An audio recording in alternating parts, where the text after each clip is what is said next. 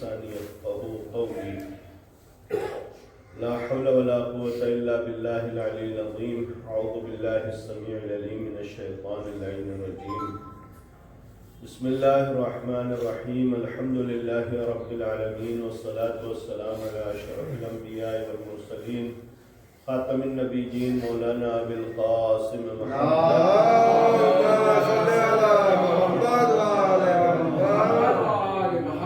الطيبين الطاهرين المعصومين المظلومين واللعنة الدائمة الباقية على أعدائهم أجمعين من يوم عداوتهم إلى قيام يوم الدين أما بعد فقد قال الله الحكيم في كتابه الكريم بسم الله الرحمن الرحيم إن الذين يؤذون الله ورسوله لعنهم الله في الدنيا والآخرة وأعد لهم عذابا مهينا صلوات الله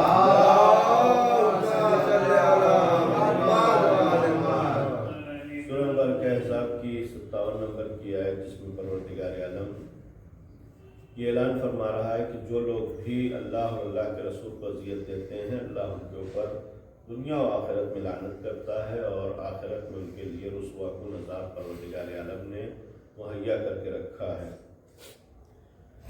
ایام شہادت جناب فاطمہ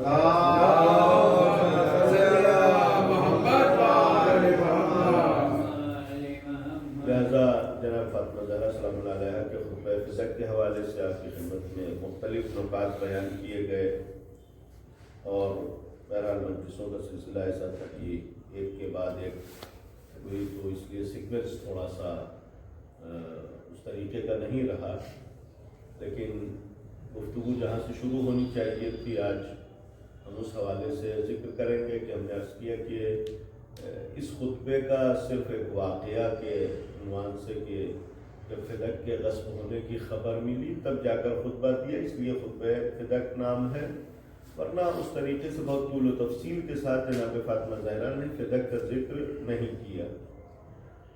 اس حوالے سے ایک چیز جو بہرحال ابھی شاید اس حد تک بھی یہ معلومات ہمارے درمیان فراہم نہیں ہیں یا ہم نہیں جانتے ہیں کہ فدق کا قضیہ کیا تھا اور کس طریقے سے یہ پیش آیا، لہذا بہت سارے چیزیں ابھی ہمارے ذہن میں یہ سوال نہیں آئیں گے، لیکن اگر ہم فدق کے قضیے سے واقف ہوں گے تو وہاں ایک بہت ہی اہم سوال ہمارے ذہن میں پیش آئے گا اور دوسرے بھی یہ سوال کر سکتے ہیں۔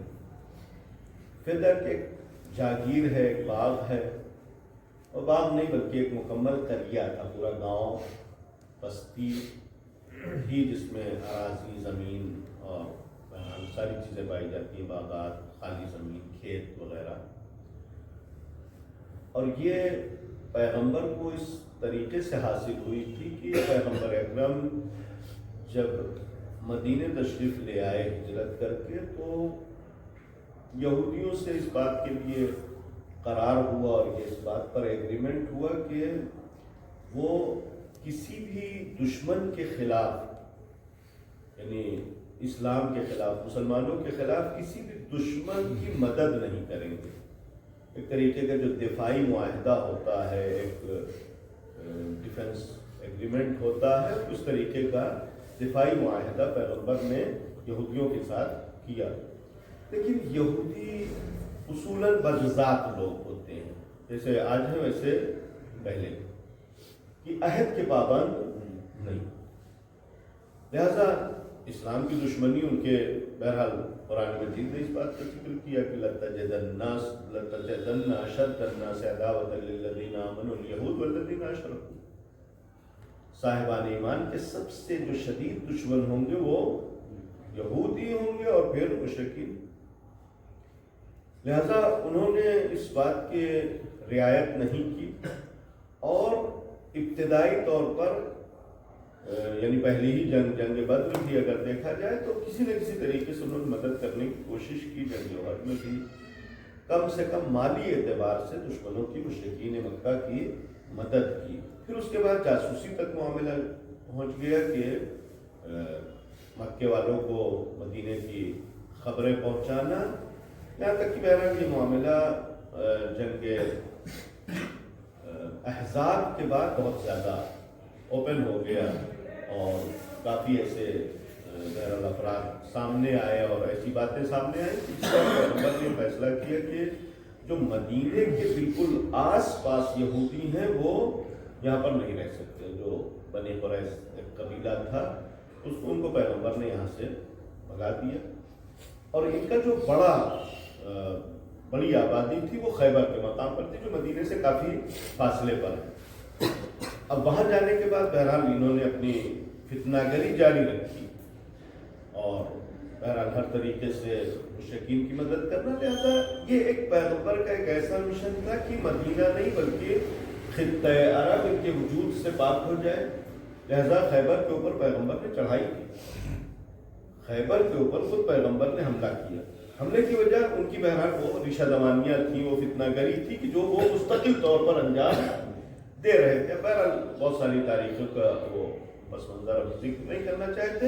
یہاں تک کہ جب خیبر پر حملہ کیا کہ یہودیوں نے باقاعدہ ڈیفنس کیا, یہاں تک کہ 1 مہینے آپ سنتے رہتے ہیں کہ 1 مہینے تک قلعہ قموس کا محاصرہ رہا, لیکن قلعہ فتح نہیں ہو پایا. اور اس کے بعد آخر میں مولا کائنات آیا اور 1 دن میں وہ جنگ فتح ہو گئی.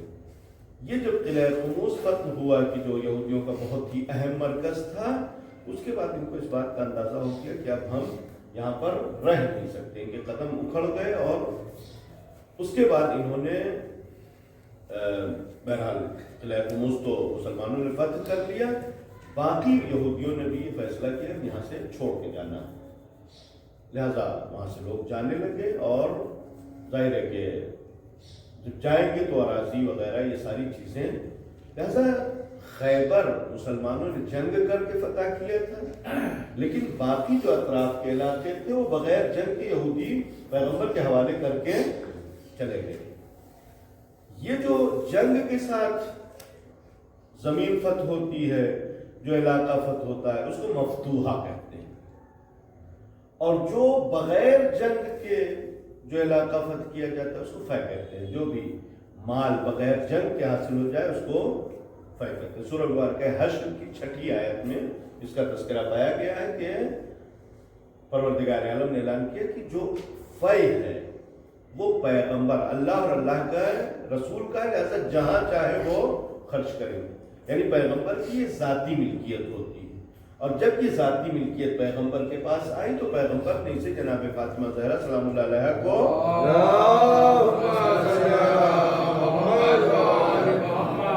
گفٹ کیا, ہدیہ کیا. اب جب پیغمبر نے اس جاگیر کو جناب فاطمہ زہرا کو گفٹ کر دیا تو اب یہ پیغمبر کی رہ گئی نہیں, یہ پیغمبر کی جاگیر نہیں ہے. اب کس کی ہے؟ جناب فاطمہ زہرا سلام اللہ علیہا. لیکن خطبہ فدق میں جو گفتگو پائی جاتی ہے وہ میراث کے حوالے سے. میراث کسے کہتے ہیں؟ وہ مال ہے کہ جو کسی کے مرنے کے بعد اس کے وارث کو ملتا ہے. تو اگر فدق کو پیغمبر نے جناب فاطمہ کو ان کی زندگی میں دے دیا تھا تو پھر یہ میراث کی گفتگو کہاں سے آئی؟ سوال سمجھتے ہیں؟ یہ میراث کی گفتگو کہاں سے آئی؟ میراث کی بات کیوں شروع ہوئی؟ اس حوالے سے یعنی یہ تاریخی گوشہ بہت ہی اہم ہے کہ انسان کو یہ بات معلوم ہونا چاہیے, ورنہ کل کوئی بھی انسان بہت آسانی سے کسی کو گمراہ کر سکتا ہے کہ یہ دیکھو اگر فدق دے دیا تھا تو جناب فاطمہ کا ہو گیا, اگر نہیں دیا تھا تو میراث ہوگی. اور خطبہ فدق کا بیس, خطبہ فدق کی بنیاد مسئلہ میراث ہے, جہاں پر حاکم نے یہ حدیث جھوٹی جعلی اپنی طرف سے گڑھ کے پیش کی کہ انبیاء میراث نہیں چھوڑتے. لہذا چونکہ یہ مرحلہ, یہ مسئلہ 2 مرحلے میں پیش آیا, لہذا پہلا مرحلہ عام طور سے یعنی ذکر نہیں کیا جاتا اور سب ایسا ملا کے پیش کر دیتے ہیں کہ انسان بہرحال بہت ساری چیزیں واضح بھی نہ ہو پائیں. اس لیے ہم چاہتے ہیں کہ بہت غور سے, بہت آرام سے آپ ملاحظہ کریں. چونکہ یہ مال جناب فاطمہ کا تھا, جناب فاطمہ نے اپنی زندگی میں حاصل کر لیا تھا, لہذا جناب فاطمہ نے ابتدائی طور پر جا کر کہا کہ کس حق سے تم نے اس جاگیر کے اوپر قبضہ کیا ہے. انہوں نے کہا کہ یہ مال پیغمبر کا تھا اور پیغمبر کے گویا ہم وارث ہیں، خود ساختہ خلیفہ ہم نے اپنے کو بنا لیا ہے، لہذا جب ان کے جانشین ہم ہیں تو یہ ہمارا ہونا چاہیے۔ جناب فاطمہ نے کہا کہ نہیں، یہ تو ہمارا ہے۔ وہاں پر حاکم نے جناب فاطمہ سے پوچھا کہ تمہارے پاس دلیل کیا ہے کہ تمہیں پیغمبر نے ہبہ کیا ہے؟ تمہارے پاس دلیل کیا ہے، گواہ کون ہے کہ پیغمبر نے تمہیں ہبہ کیا؟ اس مرحلے میں دو نقطے یہ آپ مد نظر رکھیں کہ یہ سوال کسی سے کیا جا سکتا ہے۔ یہ حسو بھائی ہیں ماشاءاللہ، پرانے ہیں، پرتاپ گڑھ کے رہنے والے، تقریباً 70 سال سے یہاں پر آباد ہیں اس گھر میں۔ ہم ان کو جائیں اور گھر سے باہر نکال کے اور اس کے بعد کہیں کہ آپ کاغذ دکھائیے اور یہ بتائیے کہ یہ گھر آپ کا کیسے ہے، پوچھ سکتے ہیں؟ نہیں۔ اسلامی قانون میں جس کا قبضہ ہے مالکیت اسی کی مانی جاتی ہے۔ اب ظاہر ہے کہ یہ تو سب جانتے ہیں نا کہ لوگوں کو ہٹایا، جناب فاطمہ کے کارندوں کو وہاں سے باہر کیا اور اس کے بعد پھر قبضہ کیا، یعنی اس سے پہلے کس کے ہاتھ میں ہے؟ جناب فاطمہ کے ہاتھ میں۔ لہذا سوال جناب فاطمہ سے نہیں کیا جا سکتا، اور اگر سوال کیا جا رہا ہے، یہ بات مد نظر رکھیں کہ جناب فاطمہ کا قبضہ کل سے نہیں ہوا ہے، وفات پیغمبر سے نہیں ہوا ہے، 7 ہجری سے ہے۔ اس کا مطلب یہ ہے کہ یہ شخص پیغمبر کو بھی نہیں مانتا ہے، یعنی اس کا مطلب یہ ہے کہ پیغمبر کی جاگیر تھی اور پیغمبر نے، یہ مسلمانوں کا حق تھا، یہ صدقہ تھا، اور پیغمبر نے اٹھا کے، جو اپنے جیسا پیغمبر کو سمجھتے ہیں ایسے ہی ہوتے ہیں کہ جیسے انہوں نے ہڑپ کر کے دوسرے کے حوالے کر دیا، ویسے ہی انہوں نے پیغمبر کو بھی سمجھا کہ پیغمبر نے تم کو دیا، اس کی کیا دلیل ہے؟ 4 سال سے ہمارے پاس ہے، یہی دلیل کافی ہے۔ لہذا اس مرحلے میں جناب فاطمہ نے ایک کوشش کی، جو بہرحال یعنی اس کی تفصیل مورخین نے ذکر کیا، باقی مختصر میں بیان کرتے ہیں۔ گواہ کے طور پر جناب ام ایمن کو پیش کیا۔ جناب ام ایمن کے حوالے سے حاکم نے یہ بہانہ کیا کہ ام ایمن کی زبان فارسی ہے، وہ عربی صحیح نہیں بول پاتی، اس لیے ان کی گواہی قابل قبول نہیں ہے۔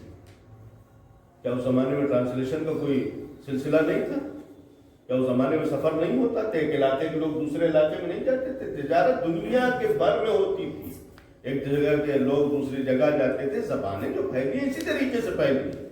لہذا معلوم ہے کہ جب نہ دینا ہو تو پھر بہانے ایسے ہی رہتے ہیں۔ یہ جو ٹریفک پولیس والے پکڑ لیتے ہیں کہ ہاں ڈی ایل ہے تو اچھا ہیلمٹ لگائے ہو، اچھا پھر گاڑی کا انشورنس ہے، پھر نہیں پردوشن والا ہے، کچھ نہ کچھ تو نکلے گا نا۔ جب نہ دینا ہو تو کوئی نہ کوئی بہانہ۔ یہ گواہ فارسی میں ہے، ان کی زبان عربی ہے نہیں ہے، صحیح عربی نہیں بول پائیں گے۔ ام ایمن کتنے دن سے ہیں مدینے میں؟ 4 سال 5 سال میں ان کو اتنی بھی عربی نہیں آئی کہ یہ بتا سکے کیا پیغمبر نے دیا تھا۔ مولا کائنات، مولا کائنات کو تو فائدہ ہونے والا ہے اس سے، وہ کیوں کہیں گے کہ ہمارا نہیں؟ اب آپ سوچیں کہ امیر المومنین علیہ السلام کو جو مرتبہ پیغمبر نے دیا ہے، علی مع الحق والحق مع علی، علی امیر المومنین ہے، علی صدیق اکبر ہے، یہ سب کچھ دینے کے بعد کسی مسلمان کے اندر یہ جرأت ہو سکتی ہے تو کہتے ہیں کہ علی نعوذ باللہ اپنے فائدے کے لیے جھوٹ بول دیں گے؟ لہذا پہچانے کہ جو بھی کہا گیا وہ اسلام سے کتنا دور ہے اور کفر اور نفاق سے کتنا قریب ہے۔ علی کے اوپر اعتراض، علی فائدے کے لیے جھوٹ بولیں گے؟ حسن و حسین کا بچے ہیں، پیغمبر کی رحلت کے بعد بھی اگر حسن و حسین کو کوئی بچہ کہتا ہے تو نعوذ باللہ وہ پیغمبر کی بھی کوئی حیثیت نہیں سمجھتا۔ جس کو پیغمبر جوانان جنت کا سردار کہہ کے گئے ہیں، اس کو کوئی بچہ کہے کہ اس کی گواہی جھٹلا دے، تو نعوذ باللہ حسن و حسین سے کوئی روایت نہیں لینی چاہیے، اس لیے کہ پیغمبر کے زمانے میں بچے تھے، جو بھی کہیں گے وہ بچپنے ہی کی باتیں تو بتائیں گے۔ آج دیکھیں کہ کتنے حسن و حسین کی باتیں نقل ہو رہی ہے کہ نہیں مسلمانوں۔ لہذا اگر واقعاً کلیجہ ہو ایسے لوگوں کو ماننے کا، تو کم سے کم حسن حسین کو بالکل الگ رکھنا چاہیے. بچوں کی کیا بات، کوئی بھی ایک بات حسن حسین کی نہ سنیں. جب بھی کہیں گے یہی تو بتائیں گے نا کہ ہم نے اپنے نانا سے سنا تھا. ہم کہیں گے بچپنا تھا کہ وہ سنا تھا. لہذا یہ تینوں گواہی رد کر دی گئی. حتیٰ بعض روایات میں ہے کہ تحریر بھی پیش کیا، وہ تحریر پھاڑی. لیکن تحریر کے حوالے سے دوسری جو روایت ہے وہ یہ ہے کہ جناب فاطمہ نے جب اپنا اصرار پیش کیا اور بہرحال ان لوگوں کو گواہی کے طور پر پیش کیا، تو حاکم نے جناب فاطمہ کو خود لکھ کے دے دیا کہ ہاں ٹھیک ہے، یہ آپ کا ہے اور آپ رکھ سکتی ہیں. لیکن جس وقت جناب فاطمہ وہاں سے پہنچی اور شیطان اول کے ساتھ شیطان دوم کا جو سلسلہ تھا وہ انہوں نے فوراً تحریر دیا، اور تحریر دینے کے بعد پھاڑ دیا تاکہ کوئی سند نہ رہے. جب یہ معاملہ ختم ہو گیا، اب پیغمبر کا تو ہے نا، اس کا کون انکار کر سکتا ہے؟ پیغمبر کا تو ہے نا، پیغمبر کا کون انکار کر سکتا ہے؟ لہٰذا جناب فاطمہ نے جب گفتگو شروع کی تو یہاں سے شروع کہ اب تک تو یہ ذاتی معاملہ تھا نا، اور یہیں سے انسان سمجھ. پہلے مرحلے میں جناب فاطمہ کو یہ حق نہ دینا یہ کسی حد تک قابل معافی ہو سکتا ہے یہ جرم. لیکن دوسرے مرحلے میں جناب فاطمہ زہرا نے نفاق کے چہرے سے نقاب اتار دی. اب مسئلہ ذاتی نہیں، اب مسئلہ اسلام اور اسلامی احکام کا ہے. جناب فاطمہ زہرا نے کیا پیش کیا؟ جناب فاطمہ زہرا نے آ کر جو بھی دلیلیں پیش کی ہیں وہ خطبہ فدق میں کہا کہ حاکم یہ بتاؤ کہ یہ کیسا انصاف ہے کہ تم اپنے باپ کے وارث ہوگے اور ہم اپنے باپ کے وارث نہیں ہوں گے. یعنی اگر تم اپنے باپ کے وارث ہو سکتے ہو، ہم اپنے باپ کے وارث کیوں نہیں ہوں گے؟ جناب فاطمہ زہرا کا یہ سوال جواب بعد میں آیا ہے، لیکن جناب فاطمہ زہرا نے اس جواب کو پہلے ہی رد کر دیا. جواب بعد میں یہ آیا کہ پیغمبر یہ کہہ کے گئے ہیں کہ ہم جو چھوڑ کے جاتے ہیں صدقہ چھوڑ کے جاتے ہیں. اور بہرحال صرف آپ کی جانکاری کے لیے بھی عرض کر دیتی ہوں، کافی گفتگو طولانی نہ ہو جائے، کہ فدق ایک مرحلہ ہے. ہر مرحلے میں یعنی ہر وقت ایک جگہ پہنچی. جس وقت خلیفہ سوم کے پاس پہنچی ہے، انہوں نے اپنے داماد مروان کو دے دیا. وہ جو 25 سال پہلے صدقہ تھی اور سارے مسلمانوں کا حق تھی اور اسلامی حکومت کا حق تھی، وہ 25 سال کے بعد انہوں نے فری میں عطا کر دیا. اب کسی نے نہیں پوچھا کہ وہ جو صدقہ ہے وہ کیا ہوا، وہ مسلمانوں کا حق کیا ہوا. اور تمام ازواج پیغمبر کو میراث ملی. پیغمبر کے حجرے میں دفن ہونے والے جا کر پیغمبر کے ازواج سے اجازت مانگتے تھے. جب پیغمبر کو چھوڑ کے نہیں جاتے تو نہ بیوی کا نہ بیٹی کا. لیکن یہ سارے وہ دلیلیں ہیں کہ جس سے ثابت ہوتا ہے کہ نہیں، یہ حدیث بالکل جھوٹی تھی، یہ خود بھی نہیں مانتے. جناب فاطمہ زہرا نے یہ جملہ، پہلا جملہ یہ ہے کہ یہ کون سا انصاف ہے کہ تم اپنے باپ کے وارث ہو گے اور ہم اپنے باپ کے وارث نہیں ہوں گے؟ کیا کتاب خدا میں ایسی کوئی بات لکھی؟ اور اس کے بعد جناب فاطمہ نے آیت پڑھنا شروع کیا. جناب فاطمہ نے اس آیت کا ذکر کیا کہ جہاں پروردگار عالم نے اعلان کیا کہ ہم نے سلیمان کو داؤد کا وارث بنایا ہے. جناب زکریا کی یہ دعا قرآن مجید نے نقل کیا سورہ مبارکہ مریم میں کہ پروردگار ہمیں بیٹا دے دے، یرثنی و یرث من آل یعقوب واجعلہ رب رضیہ. پروردگار ہمیں بیٹا دے دے جو ہمارا وارث ہو اور آل یعقوب کا وارث ہو. یعنی صرف ہمارا ہی نہیں بلکہ پورے خاندان یعقوب کا وارث بنے. اگر نبی وارث نہیں بناتا تو یحییٰ اور زکریا یہ سب نبی تھے یا نہیں؟ جناب داؤد پیغمبر تھے یا نہیں؟ تو قرآن مجید نے تو تمام انبیاء کی وراثتوں کا ذکر کیا ہے.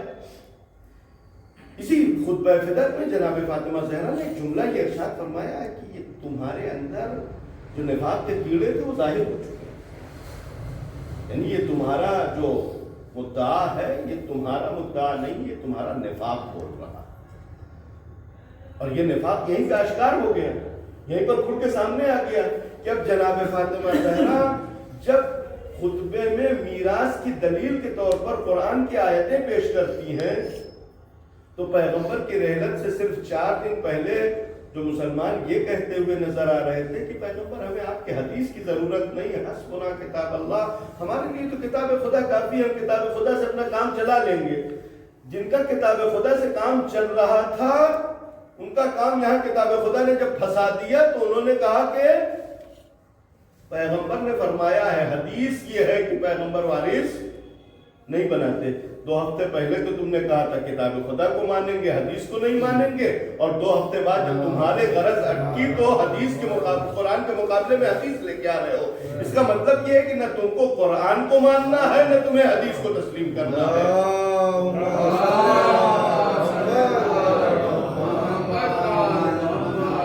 اور اس کے بعد جناب فاطمہ نے بنیادی سوال رکھے کہ نہ وہاں کوئی جواب مل سکا، نہ آج تک کوئی جواب دے سکتا ہے.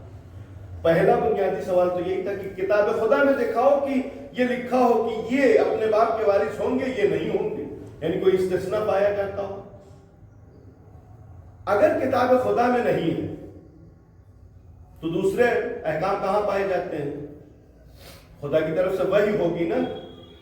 جناب فاطمہ نے دوسرا سوال یہ کیا کہ افخصکم اللہ بآیت اخرج منہا ابی، یہ بتاؤ کہ تمہارے اوپر کوئی آیت نازل ہوئی ہے کیا جو ہمارے باپ کے اوپر نہیں نازل ہوئی؟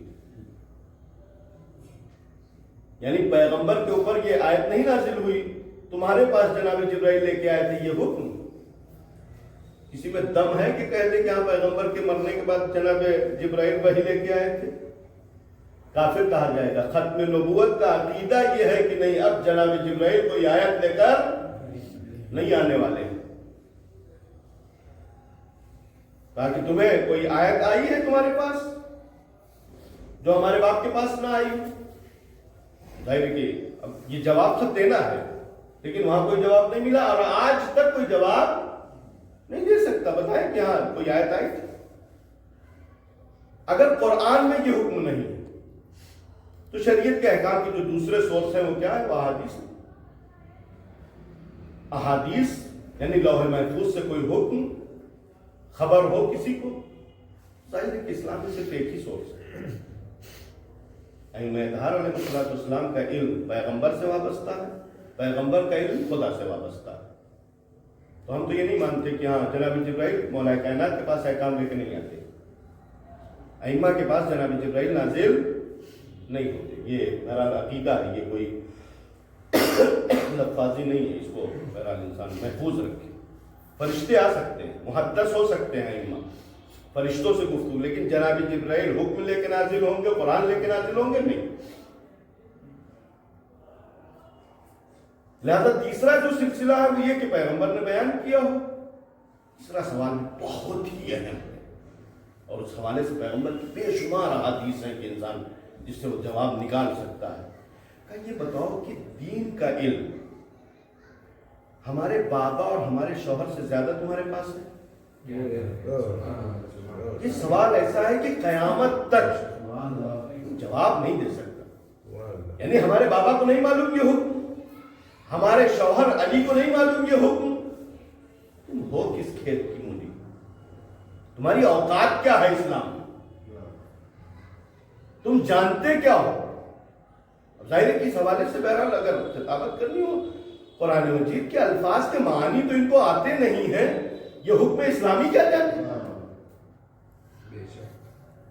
یعنی واقعات ہیں بے شمار، آیت تو یاد نہیں رہتی، وہ اسلامی احکام بتائیں گے. کہا کہ ایسا کوئی حکم ہے کہ جو نبی اور علی نہ جانتے ہو اور تم جانتے ہو؟ اس کا بھی کوئی جواب نہیں. پھر جناب فاطمہ نے سوال کیا. ایک قانون اسلام میں یہ ہے کہ اگر وارث کوئی بھی ہو، یعنی مثلا بیوی شوہر کی وارث ہوتی ہے، شوہر بیوی کی وارث ہوتا ہے، بیٹے باپ کے ہوتے ہیں، باپ بیٹے کا ہوتا ہے، اگر اس میں سے کوئی بھی وارث کافر ہو جائے، تو یہ مسلمان کا وارث نہیں ہوگا. یعنی اگر کوئی دین بدل دے، کافر یعنی کوئی بھی یہودی ہو جائے، عیسائی ہو جائے، مورث اگر مسلمان ہے تو وارث کو مسلمان ہونا ضروری ہے.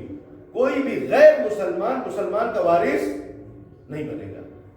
جناب فاطمہ زہرا نے یہ سوال کیا، کیا تمہارا خیال یہ ہے کہ ہمارے باپ کی ملت اور ہماری ملت ایک نہیں ہے؟ ہمارے باپ کا دین اور ہمارا دین ایک نہیں ہے؟ یہ بضاعت الرسول ہیں، یہ جزو رسالت ہیں. ان کے لیے کوئی کہہ سکتا ہے جناب فاطمہ زہرا مقام عصمت پر فائز ہے؟ کوئی کہہ سکتا ہے کہ ہاں جناب فاطمہ کافر ہو گئی؟ ہمت ہے کسی مسلمان میں کہہ دے گا؟ اس کا بھی کوئی جواب نہیں ہے. جواب نہ دینا یعنی لاجواب ہے، کچھ کہہ نہیں سکتے.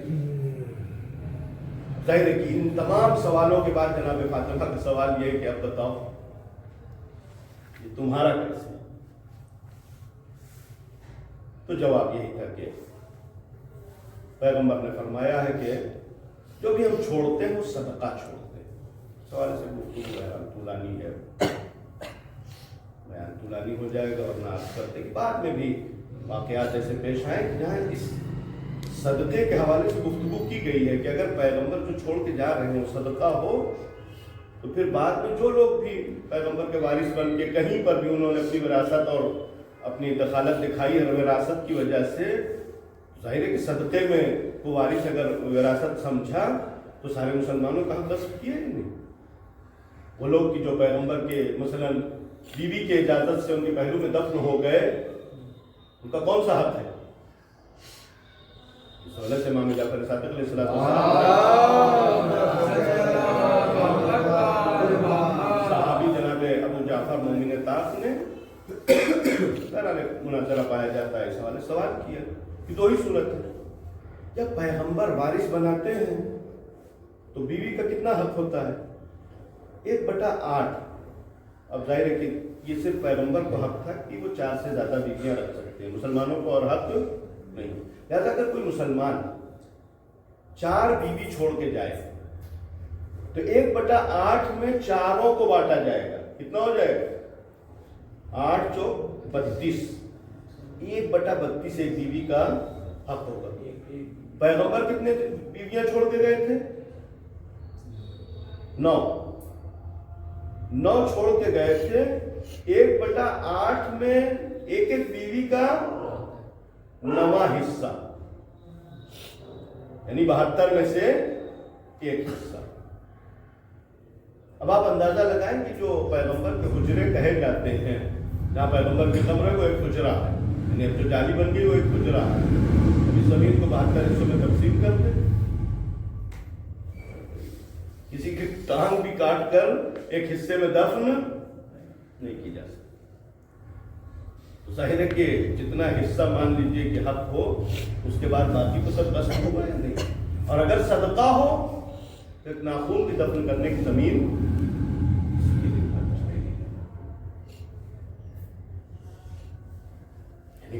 یہ حدیث بہرحال بعد میں خود ہی لوگوں نے انکار کر دیا، یعنی خود ہی تسلیم نہیں کیا کہ ہم نے بیان کیا کہ خلیفہ سوم نے مروان اپنے داماد کو گفٹ دے دیا.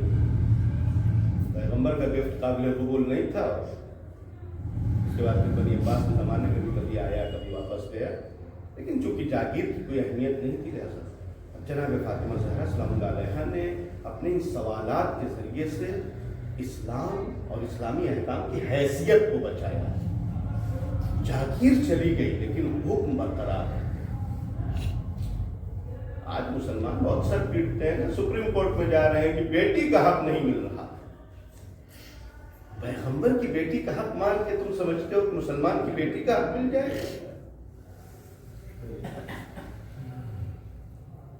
پیغمبر کی بیٹی اور وہ قابل قدر بیٹی. اور ہم نے عرض کیا کہ جناب فاطمہ کا گریہ یہ نہیں ہے کہ ہماری جاگیر چھن گئی، ہمارے پہلو کے اوپر دروازہ گر گیا، ہم قحط اور ذوف کا شکار ہو گئے. جناب فاطمہ کا گریہ یہ ہے کہ تم نے ہماری قدر نہیں کی، تم نے پیغمبر کی قدر نہیں کی. مصیبتوں کا سلسلہ جناب فاطمہ کے یہاں سے شروع ہوتا ہے کہ آج آپ الفاظ دیکھیں، بیانات دیکھیں کہ پیغمبر کے اوپر پوری امت فدا ہونے والی ہے.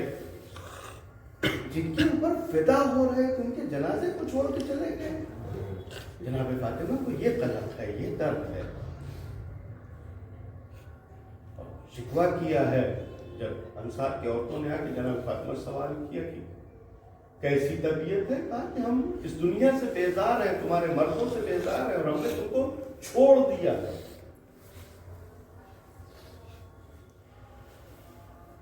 اور جناب فاطمہ مصیبتیں یہ ہے کہ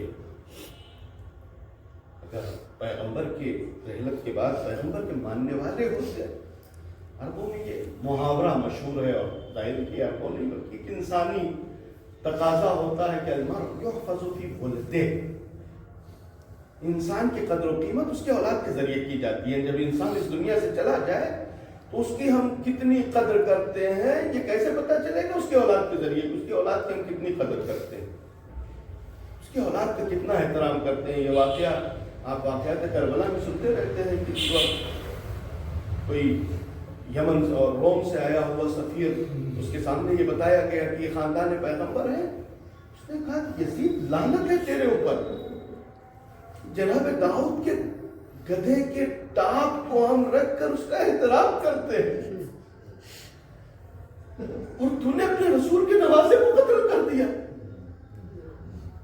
شاید اس سفیر کو اس وقت یہ نہ معلوم ہو کہ نہیں مسلمانوں نے رسول کی بیٹی کو قتل کر دیا، رسول کے نواسے کی قتل کیا. یہ جو آگ اور لکڑیاں جناب فاطمہ زہرا کے دروازے پہ اکٹھا ہوئی تھی، یہ در علی پہ نہیں تھی بلکہ اسلام کو جلانے کی سازش تھی، اور اس کے بعد اسلام جلایا جاتا رہا.